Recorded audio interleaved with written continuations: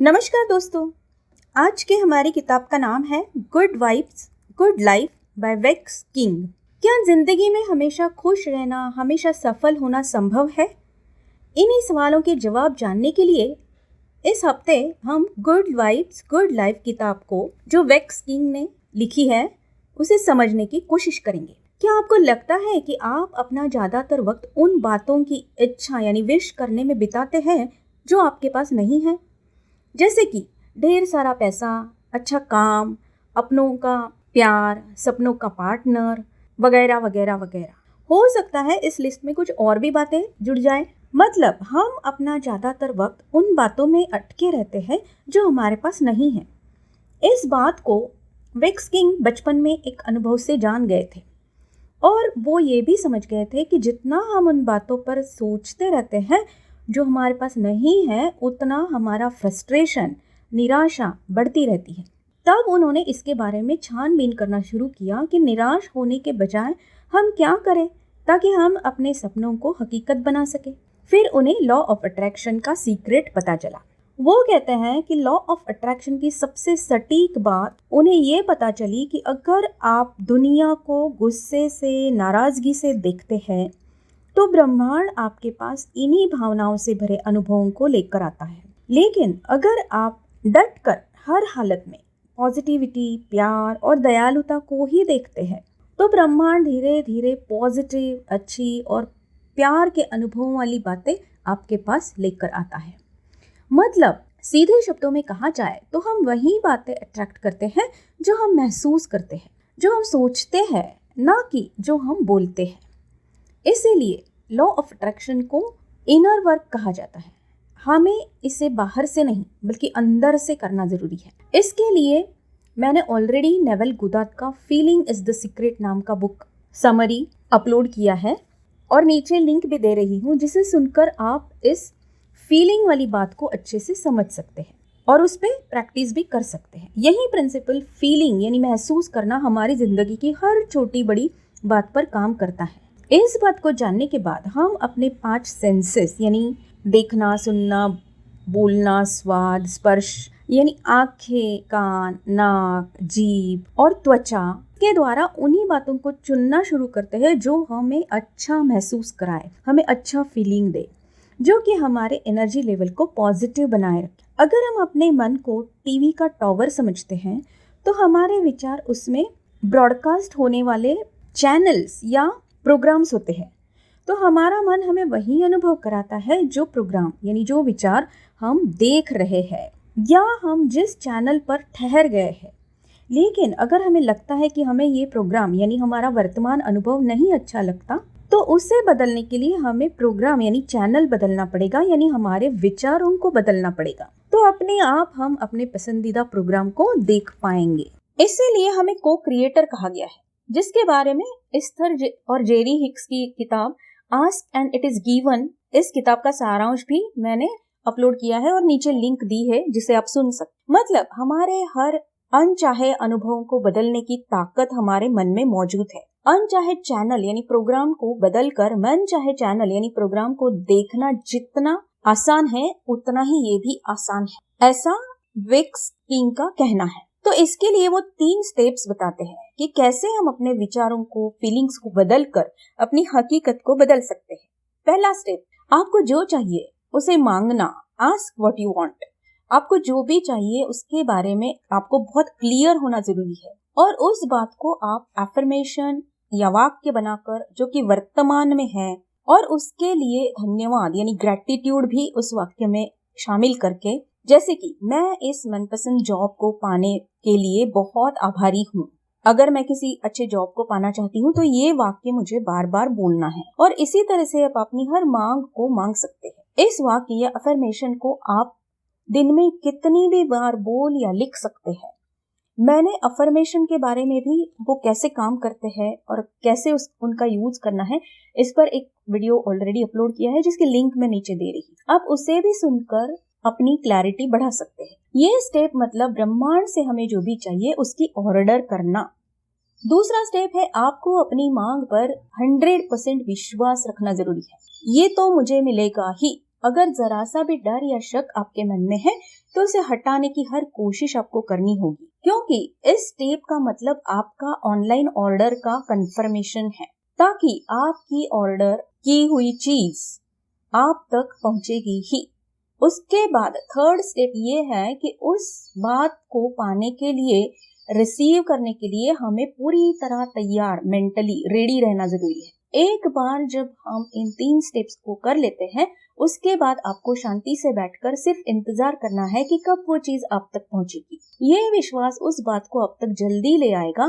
Quantum physics का law of vibration भी इसमें अहम रोल निभाता है। जैसे ही हमारी सारी एनर्जी सिर्फ उसी बात पर पॉजिटिवली फोकस हो जाती है, वो बहुत पावरफुल बन जाती है और उस बात की वाइब्रेशन लेवल तक जा पहुंचती है जिसे हम चाहते हैं।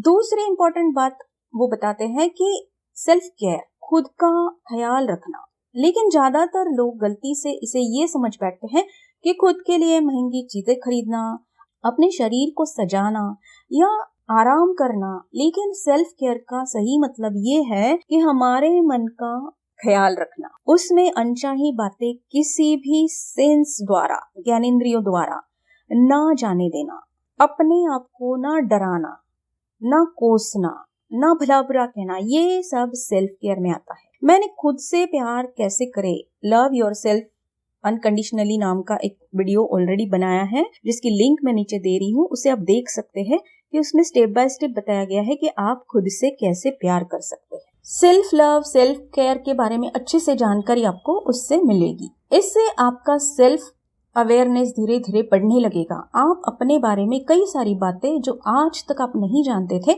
जानने लगेंगे। और जैसे ही आपका सेल्फ अवेयरनेस यानी खुद के बारे में जानकारी बढ़ने लगेगी, आपको पता चलेगा कि जो भी आपके साथ हो रहा है वो सब आपके विचार, आपकी एनर्जी के कारण हो रहा है। वो सब आपके विचार, आपकी एनर्जी के कारण हो रहा है। और जब वो आपके कारण है तो जाहिर है कि वो सब आपके कंट्रोल में है। आप इसे नियंत्रित कर सकते हैं। आप अपने हालात में बदलाव ला सकते हैं। इससे धीरे धीरे आपका सेल्फ टॉक यानी खुद के मन से की गई बातें बदलने लगेगी। वो सकारात्मक बनेगी, नेगेटिव से पॉजिटिव, और आपको आराम देने वाली हो जाएगी। ये सब कहने में जितना आसान लगता है ना, उतना ही करने में मुश्किल है। लेकिन धीरे धीरे प्रैक्टिस करते रहने से जब भी आप खुद को कोसना, भला बुरा कहना या डराने वाला सेल्फ टॉक करना ये शुरू हो जाता है आपके मन में, तो आपको तुरंत पता चलता है कि मैं ये गलत कर रही हूँ। और इस बात का पता चलना भी अपने आप में बहुत बड़ी उपलब्धि है। और जैसे ही इस बात को आप समझने लगते हैं, आप धीरे धीरे उसे बदलने की कोशिश भी करने लगते हैं, जिससे आप इस बात को जानना शुरू करते हैं कि आप अपने खामियों से, कमियों से, दुखों से कई ज्यादा ऊपर है और उनसे आप आसानी से छुटकारा पा सकते हैं। इसीलिए ऑथर कहते हैं कि अगर आप अच्छी जिंदगी चाहते हैं तो आपको अपनी वाइब्स यानी वाइब्रेशंस को पॉजिटिव करना होगा। अपनी एनर्जी यानी विचार, फीलिंग्स, भावनाओं को पॉजिटिव बनाना पड़ेगा। इसके लिए सबसे पहले आप इस बात को जानने की कोशिश कीजिए कि आपके कौन से विचार आपकी जिंदगी में अनचाही बातों को ला रहे हैं। जैसे ही आप इसके बारे में अवेयर होते हैं, आपको पता चलता है कि आप उन विचारों को बदल सकते हैं, उन विचारों से बनी हकीकत को ट्रांसफॉर्म कर सकते हैं। इसके लिए वो कहते हैं कि वाइब्रेशंस कॉन्टेजियस होते हैं। मतलब अगर आप ज्यादा वक्त पॉजिटिव, सफल, खुश लोगों के साथ उसी माहौल में बिताते हैं तो अपने आप आपकी पॉजिटिव और खुशी की वाइब्रेशंस अपनी एनर्जी में क्रिएट करने लगते हैं। और उसी तरह अगर आप ज्यादातर वक्त दुखी, निराश और नेगेटिव लोगों के साथ उसी माहौल में बिताते हैं तो आपके वाइब्रेशंस उसी तरह की एनर्जी को अट्रैक्ट करने लगते हैं। तो अपनी संगत, अपने माहौल के वाइब्रेशंस को पहचानना, मतलब ज्यादा वक्त सफल, पॉजिटिव, खुश मिजाज लोगों के साथ बिताना भी आपको अपने वाइब्रेशन लेवल को बढ़ाने में मदद करता है। और जितनी आपकी वाइब्रेशन लेवल पॉजिटिव होगी, उतने ज्यादा पॉजिटिव लोग, चीजें और घटनाएं आप अपनी जिंदगी में अट्रैक्ट करने लगते हैं। और एक तरीका आप अपना सकते हैं कि जितना ज्यादा पॉजिटिव बॉडी लैंग्वेज को आप अपनाते हैं, अपने आप आपकी वाइब्रेशन लेवल हाई होने लगती है। जैसे कि पीठ को चलते या बैठते समय सीधी रखना, गर्दन को सीधी रखना, लोगों की आंखों में आंखें डालकर बात करना, कंधों को ऊपर की ओर रखना, पीछे की ओर रखना, चेहरे पर हमेशा मुस्कुराहट रखना, ये सारी बातें हमारे अंदर पॉजिटिव हार्मोन्स को बढ़ाते हैं जो हमें उत्साह दिलाते हैं।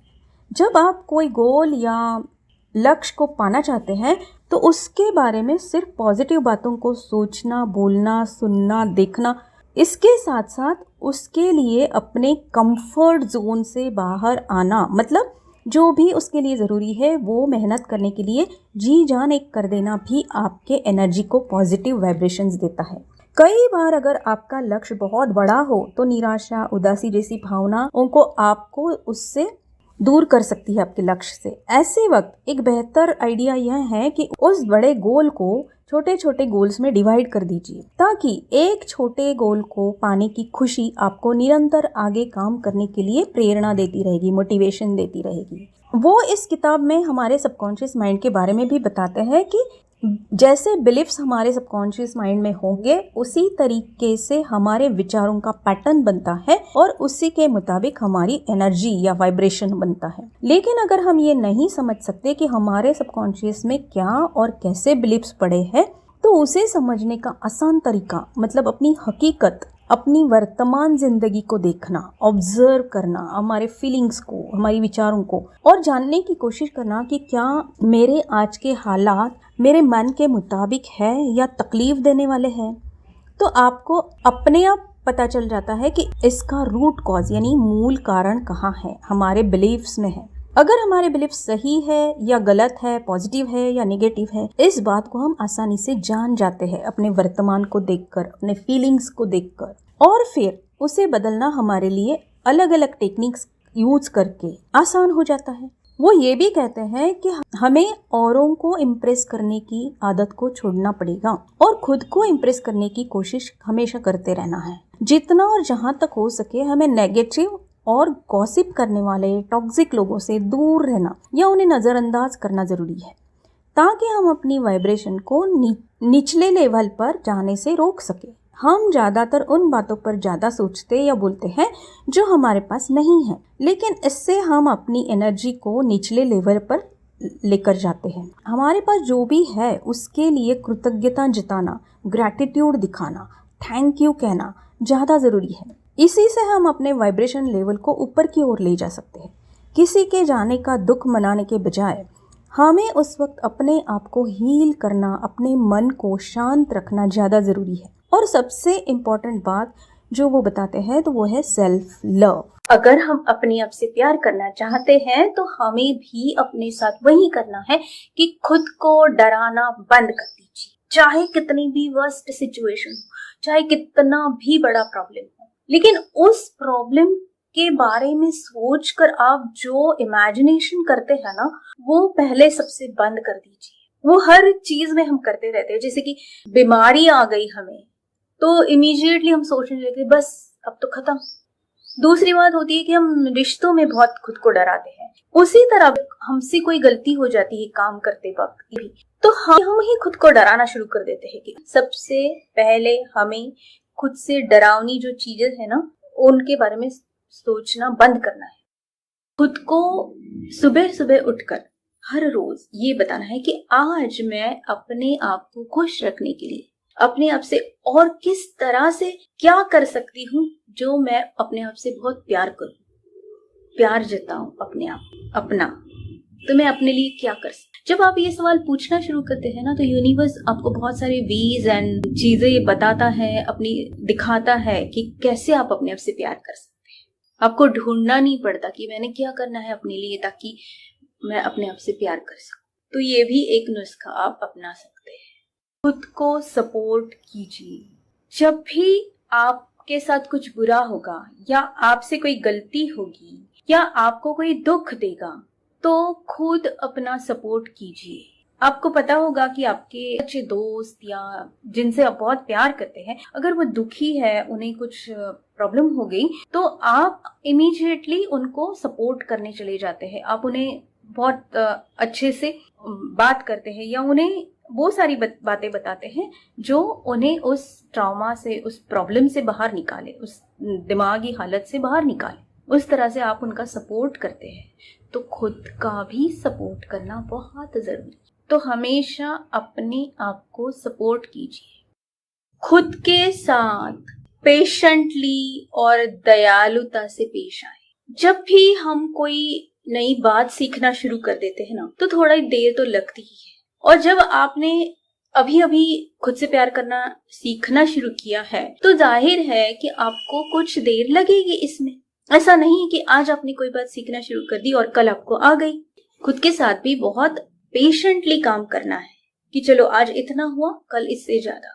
खुद के साथ दयालुता भी दिखानी है, क्योंकि जब भी हम कोई नई चीज सीखना शुरू करते हैं तो सबसे पहले तो अंदर से रेजिस्टेंस क्रिएट होता है। रेजिस्टेंस का मतलब है विरोध, अंतर विरोध। जब खुद से प्यार करना है तो हमें बहुत काइंडली और पेशेंटली खुद के साथ बिहेव करना पड़ेगा। पहले तो अपने आप को एक्सेप्ट करना पड़ेगा आप जैसे हैं, क्योंकि हम जो भी है ना, वो हमारे ही थॉट्स इमोशंस का नतीजा है। ये किसी ने हम पे सिर्फ थोपा नहीं है कि तुम ऐसे हो जाओ। ये हमारी ही थॉट्स है, हमारी ही सोच है, हमारे ही इमोशंस। तो जब ये बात हम एक्सेप्ट करते हैं कि मैं जैसी हूँ वैसी अपने आप को एक्सेप्ट करती हूँ, तो अपने आप चेंज आना शुरू हो जाता है। या उस चेंज के लिए जो करेज चाहिए, जो उत्साह चाहिए, जो चीजें चाहिए, वो हमेशा अपने आप अपने पास आनी शुरू हो जाती। ये बहुत इंपॉर्टेंट है। तो ये बहुत जरूरी है खुद के लिए,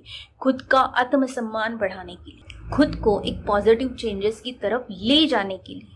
तो चलिए दोस्तों, पर अमल करना शुरू करते हैं। और हमेशा की तरह अगर आपको वीडियो अच्छा लगता है तो उसे लाइक कीजिए, अपने दोस्तों के, अपने नियर एंड डियर वंस के साथ शेयर कीजिए। और अगर आप कुछ पूछना चाहते हैं या बताना चाहते हैं अपने सक्सेस के बारे में, तो आप कमेंट्स में जरूर लिखिएगा, मुझे बड़ी खुशी होगी।